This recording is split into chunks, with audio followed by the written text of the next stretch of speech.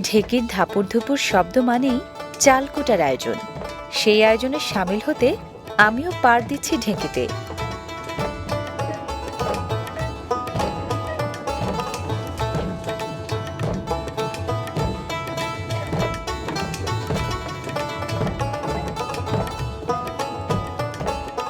পিঠাপুলির জন্য বাংলাদেশের সুনাম সারা বিশ্ব জুড়ে। নেত্রকোনার মানুষজনও পিঠা বানাতে পটু। এখানেও চলছে পিঠা তৈরির আয়োজন।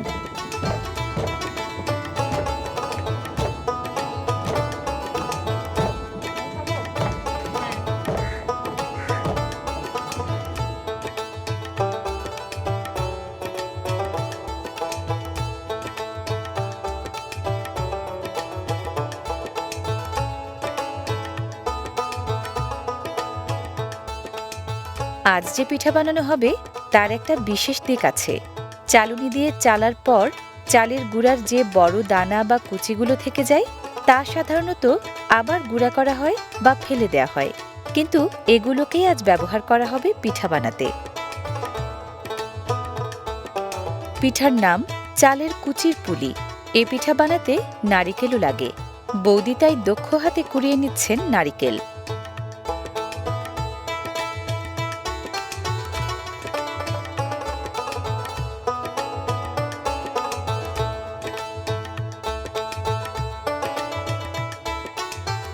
গরম হাঁড়িতে প্রথমে চালের কুচি ঢালার পালা। নাড়ুনি দিয়ে নেড়ে চেড়ে চালের কুচি ভাজতে হয় হালকা করে।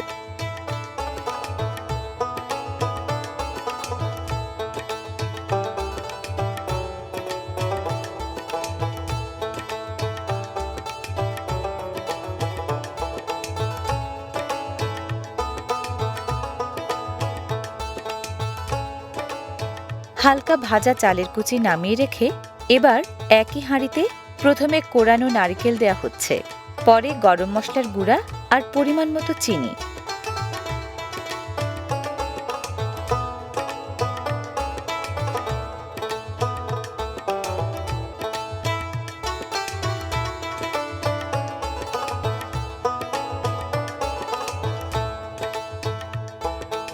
নাড়াচাড়ার এক পর্যায়ে দেয়া হলো পরিমাণ মতো পানি।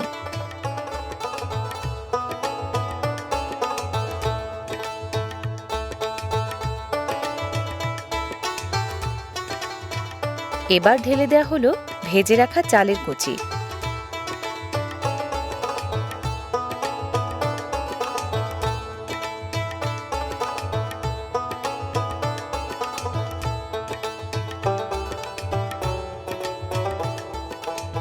চুলার আঁচে নারিকেল থেকেই তেল ওঠে বলে আলাদা করে আর তেল দেওয়ার দরকার নেই।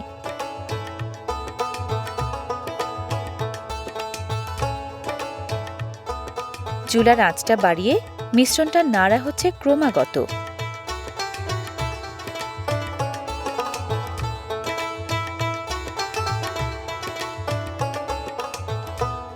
মাখা মাখা হয়ে আসায় নামিয়ে রাখা হচ্ছে পাত্রে।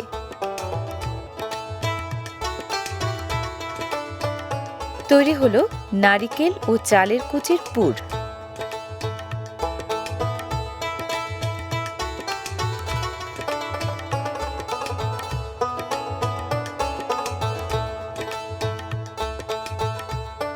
চুলায় আবারও হাঁড়ি। হাঁড়িতে পরিমাণ মতো পানি দিয়ে তাতে সামান্য লবণ।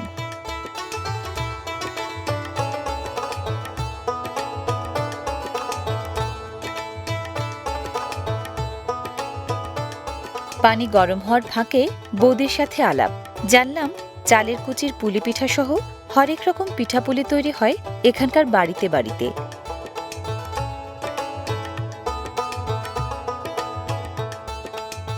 হালকা গরম লবণ পানিতে এখন মেশানো হচ্ছে চালের মিহি গুঁড়া।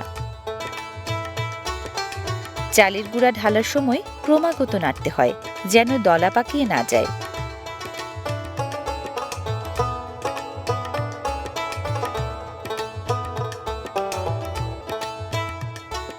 মনে হয় চালের গুঁড়াটা কম হয়েছে, বৌদি তাই আরো কিছুটা দিলেন।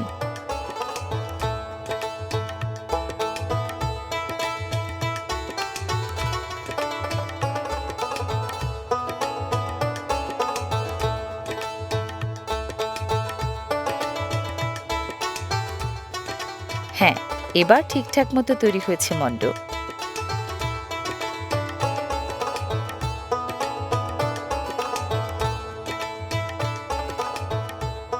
হাঁড়ি থেকে মণ্ড এবার থালায়।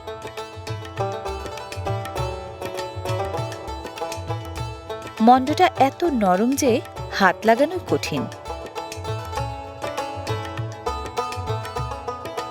গরম মণ্ড ঠান্ডা হতে থাক, এই ফাঁকে আরেকটা কাজ সেরে নেওয়া যাক। চুলায় পানিসহ হাঁড়ি বসিয়ে তার উপর বসানো হলো ছিদ্রযুক্ত আরেকটা হাঁড়ি।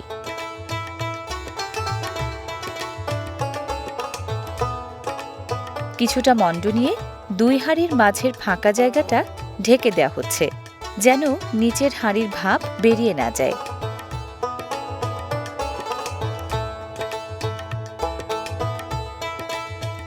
নিচের হাঁড়ির ভাপ বেরোবে ওপরের হাঁড়ির এসব ছিদ্র দিয়ে। কিছুটা ঠান্ডা হয়ে এসেছে মণ্ড, খামি বানানোর মতো করে হাত দিয়ে ডলে ডলে মসৃণ করা হচ্ছে।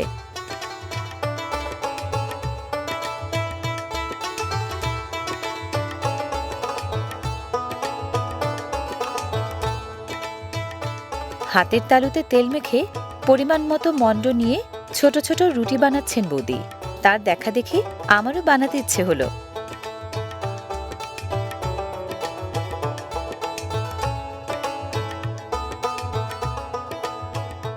এই পড়ে যায়। তেল মাখানো হাতের তালুতে আঙুল দিয়ে চেপে চেপে বানাতে হয় রুটির নৌকা। সেই নৌকার পেট ভরতে হয় নারিকেল ও চালের কুচির পুর দিয়ে। এরপর মুখ বন্ধ করে মনের মতো ডিজাইন।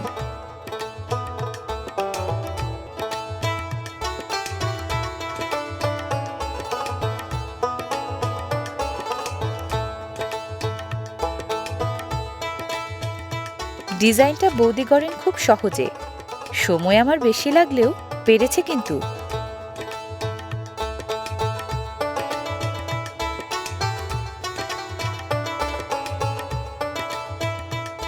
বৌদিকে দেখে দেখে ঢেকিতে চাল কোটা থেকে শুরু করে এভাবে পিঠা বানাতে পেরে ভীষণ মজা লাগছে আমার। ফোটানো পানির ভাপ বেরোচ্ছে ছিদ্র দিয়ে। ছিদ্রগুলোর ওপরে বৌদি রাখছেন পিঠাগুলো। কেন তা তো বুঝতেই পাচ্ছেন, ভাপে সেদ্ধ হবার জন্য।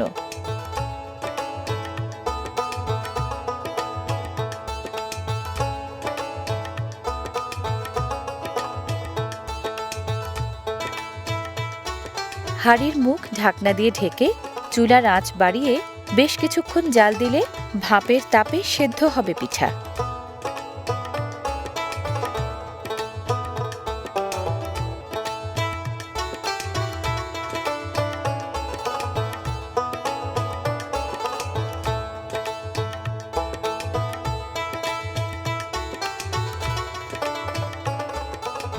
ভাপ ছড়ানো পিঠা এবার নামানোর পালা।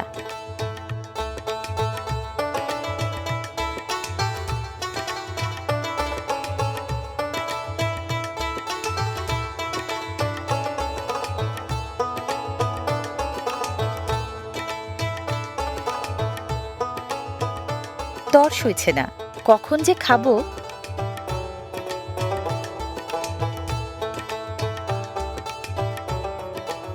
চালের কুচির এই পুলি পিঠা বানাতে লাগে চালের কুচি ও চালের গুঁড়া, কোরানো নারকেল, গরম মশলা, চিনি আর লবণ। দিদি নেন পিঠা খান। সব খাবো? হ্যাঁ, পারলে সব খান। আপনি নেন।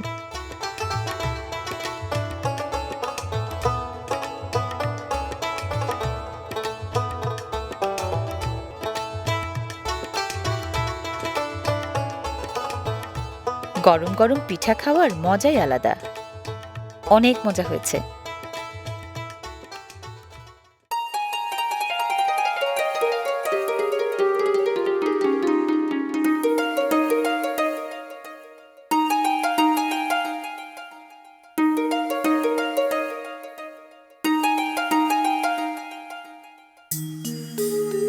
বাংলাদেশের আনাচে কানাচে কত কিছু যে ছড়িয়ে ছিটিয়ে আছে, শুধু কষ্ট করে একটু খুঁজে নিলেই পাবেন ভিন্নতার অফুরান স্বাদ। প্রিয় দর্শক, আজকের মতো বিদায় নিচ্ছি। ভিন্ন স্বাদের সন্ধানে আবারও দেখা হবে আগামী পর্বে ভিন্ন কোনো জনপদে। ভালো থাকুন সবাই।